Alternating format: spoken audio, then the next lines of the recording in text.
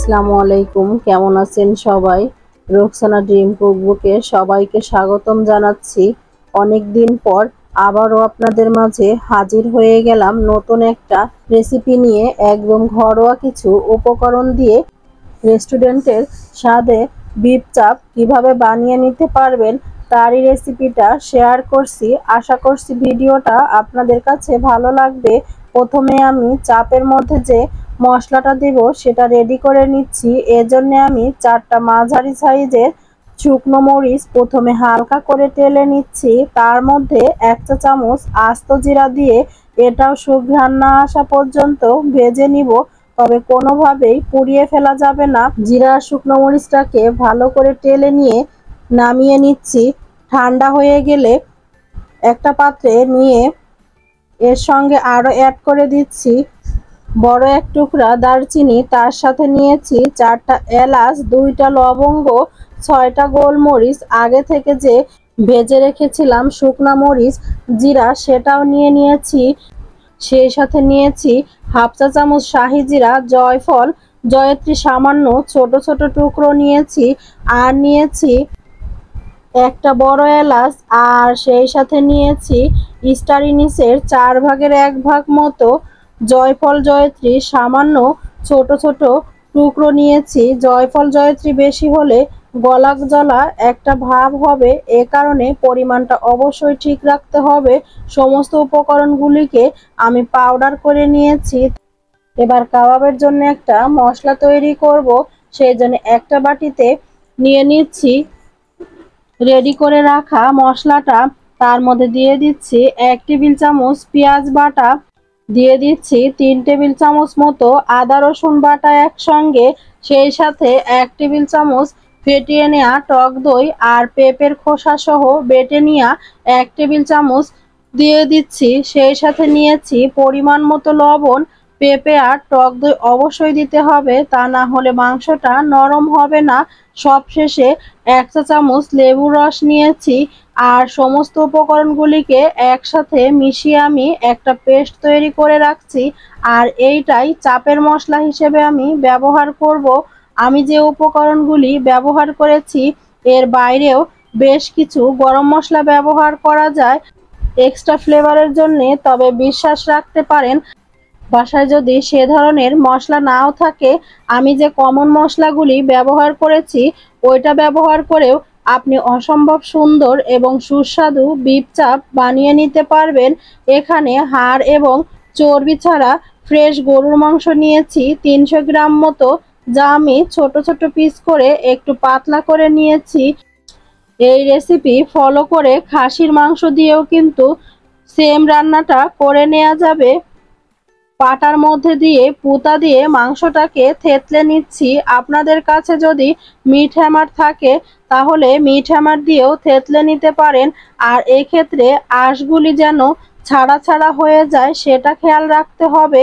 আর যথেষ্ট পাতলা হয়ে যাবে মাংসটা, সুন্দর করে থেতলে পাতলা করে নিতে হবে। এই যে কাজটি আমি করেছি, দেখতেই পাচ্ছেন কতটা পাতলা করে নিয়েছি।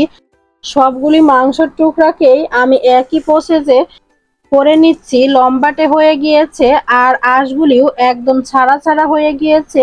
এভাবে না করলে মাংসটা কিন্তু সেদ্ধ হতে চাইবে না।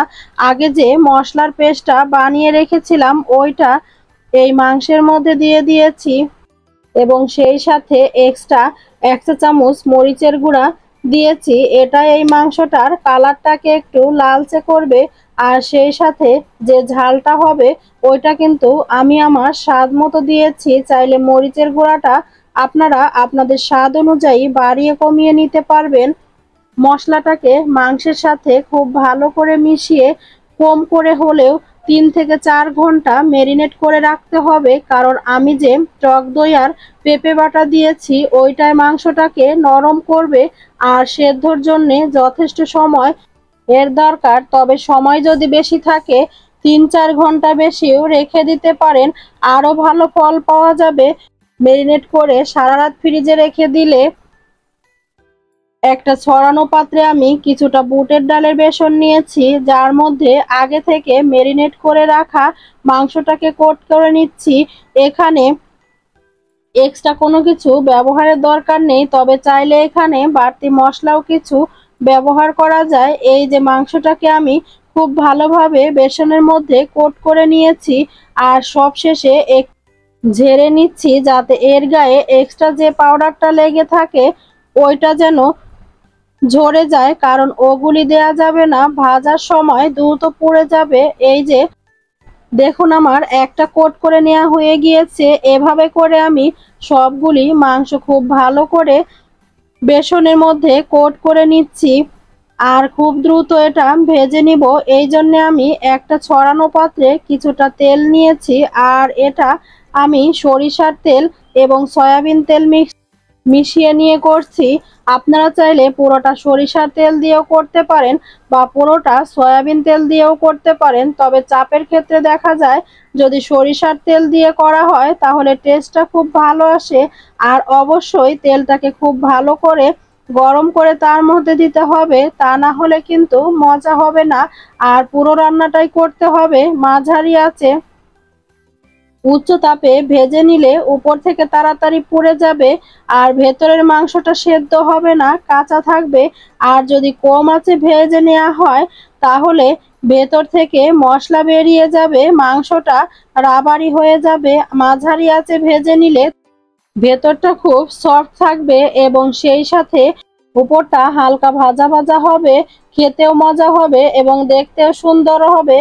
আর এরই মাঝেই কিন্তু এপাশ ওপাশ করে উল্টিয়ে পাল্টিয়ে আমার বিফ চাপগুলো ভেজে নেওয়া হয়ে গিয়েছে। উপরটা যেমন দেখতে সুন্দর লাগছে, ভেতরটাও কিন্তু সুন্দর সেদ্ধ হয়েছে এবং কালারটাও একদম পারফেক্ট আছে।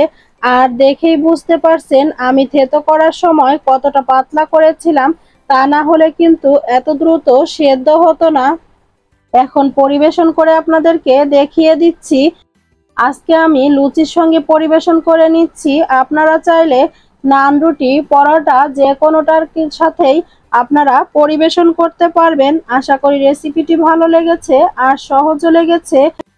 আমার ভিডিওর কোথাও কোনো অংশ যদি আপনাদের কাছে ভালো লেগে থাকে প্লিজ একটি লাইক দিতে ভুলবেন না।